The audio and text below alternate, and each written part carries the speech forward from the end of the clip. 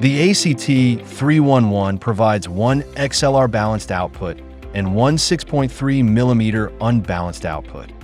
The ACT-312 and ACT-323 provide independent XLR balanced outputs and 6.3mm unbalanced outputs for each channel, as well as a mixed output. The ACT-343 provides independent XLR balanced outputs and 6.3mm unbalanced outputs for all 4 channels, along with an additional mixed output that combines audio from all channels.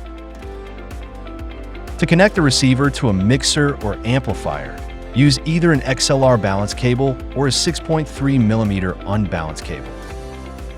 Connect the receiver output to the corresponding XLR or 6.3mm input on the mixer or amplifier. If a mixed output from 2 channels is required, use the XLR and 6.3mm outputs on output B and set the output mode switch to the mix position.